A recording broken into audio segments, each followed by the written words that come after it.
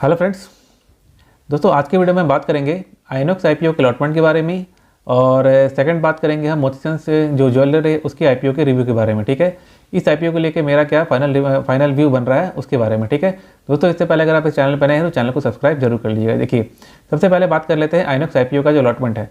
INOX IPO का जो allotment है वो आएगा के फिनटेक की वेबसाइट पर। ठीक है, के फिनटेक की वेबसाइट पर आएगा ये। वैसे तो जनरली 9 बजे के बाद आ जाना चाहिए, बट हो सकता है कि अगर ये वेबसाइट पर अगर ना अवेलेबल हो तो आपके पास बैंक की तरफ से एक मैसेज आ जाएगा कि आपका जो फंड है वो बेसिकली हो गया, वो अनब्लॉक कर दिया गया। और अनब्लॉक होने के बाद आपको ये देखना है कि आपके जो अकाउंट है उसमें से फंड डेबिट हुआ है या फिर फंड आपको वापस आ गए। ठीक है, अगर वो आपको डेबिट हो गया तो इसका मतलब ये है कि आपको वो आईपीओ मिल गया। ठीक है, देखिए डोम्स का भी आईपीओ कल आने वाला था, कल रात को आने वाला था, बट जो वेबसाइट पे तो खैर सुबह ही अपलोड हुआ, बट जो मैसेजेस आए वो रात को 12 बजे के बाद आने शुरू हुए थे। ठीक है, 12 बजे के रात को आए थे, मुझे तो खुद सुबह 6 बजे के आसपास मैसेज आया। ठीक, तो हो सकता है कि आइनॉक्स का भी जो है वो के फिनटेक के पास है, तो हो सकता है कि उनका भी या तो वो अपने वेबसाइट पे अपलोड कर देंगे 10 बजे के बाद, या तो फिर वो सुबह ही फिर आपको मैसेज आएगा। ठीक है, तो चलिए ये तो होगी बात आइनॉक्स आईपीओ की।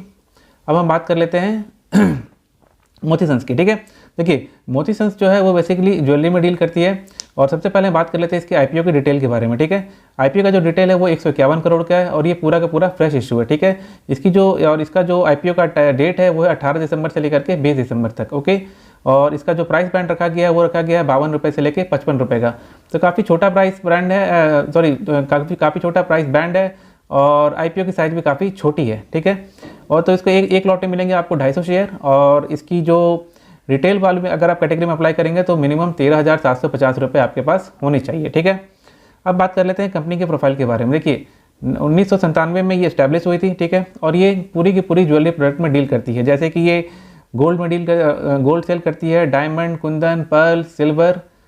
ठीक है, इन सब में ये कंपनी इस चीज़ को ये सेल करती है। ठीक है, कंपनी का जो बेसिकली जो शोरूम्स है वो जयपुर में है। ठीक है, अब हम बात कर लेते हैं कंपनी के कुछ फाइनेंशियल्स के बारे में। ठीक है, क्योंकि बिना कंपनी के फाइनेंशियल्स को जाने हुए हम ये डिसीजन पे नहीं पहुंच सकते कि कंपनी का जो फाइनेंशियल ट्रैक रिकॉर्ड है वो कैसा है, तो इसके बारे में जानना बहुत ही ज़रूरी है। ठीक है, अगर हम कंपनी के एसेट्स की बात करें तो कंपनी का जो एसेट्स था 2021 में वो भी धीरे धीरे अगर हम देखें तो 275 करोड़ से बढ़ते बढ़ते 348 करोड़ पे आ गया। ठीक है, वहीं अगर हम रेवेन्यू की बात करें तो जो रेवेन्यू था इनका वो था 213 के आसपास 2021 में, और जो कि 31 मार्च अगर हम 2023 तक की बात करें तो वो 366 करोड़ के आसपास का हो गया था।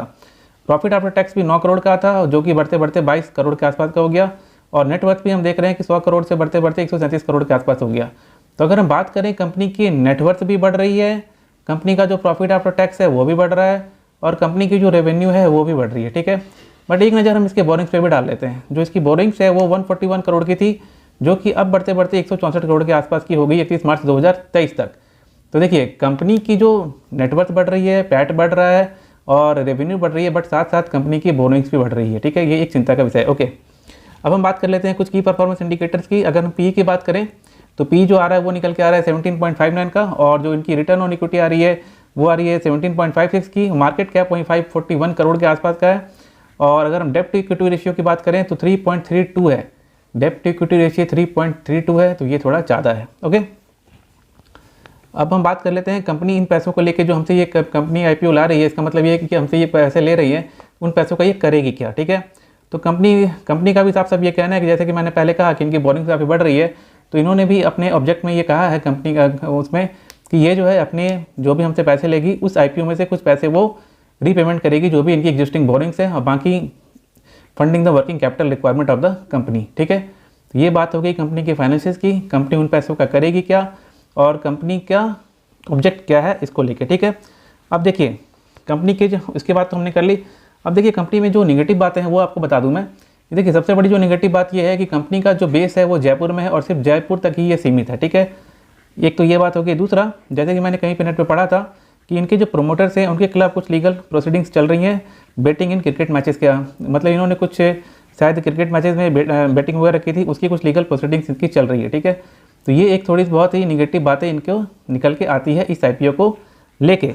अगर हम इसके सबसे पहले बात कर लेते हैं इसकी सब्सक्रिप्शन की, इसमें किस तरह की सब्सक्रिप्शन देखने को मिली है ये भी बहुत जानना जरूरी है। क्योंकि देखिए सबसे पहले आया QIB कैटेगरी का सब्सक्रिप्शन। अगर हम डे 2 में बात करें तो डे 2 में सिर्फ जो सब्सक्रिप्शन आई है वो सिर्फ और सिर्फ अभी फिलहाल, हालांकि जो QIB कैटेगरी का जो सब्सक्रिप्शन होता है वो जनरली आखिरी दिन में ज़्यादा आता है, तो फिलहाल तो ये चल रहा है 0.56 के आसपास ही सब्सक्रिप्शन है इसकी।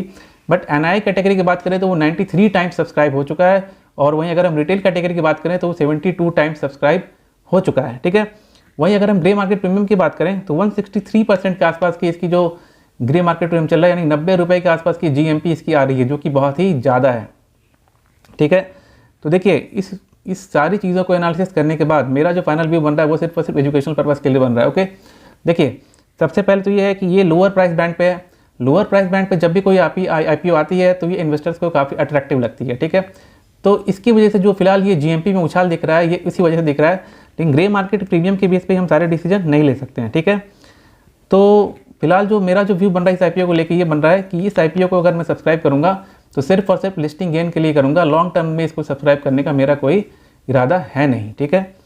तो ये थी मेरी बात। अगर आपको ये वीडियो देखने के बाद आपका क्या व्यू बन रहा है वो मुझे कमेंट सेक्शन में ज़रूर बताइएगा, और डोम्स IPO आपको मिला कि नहीं मिला वो भी आप कमेंट सेक्शन में करके ज़रूर बताइएगा।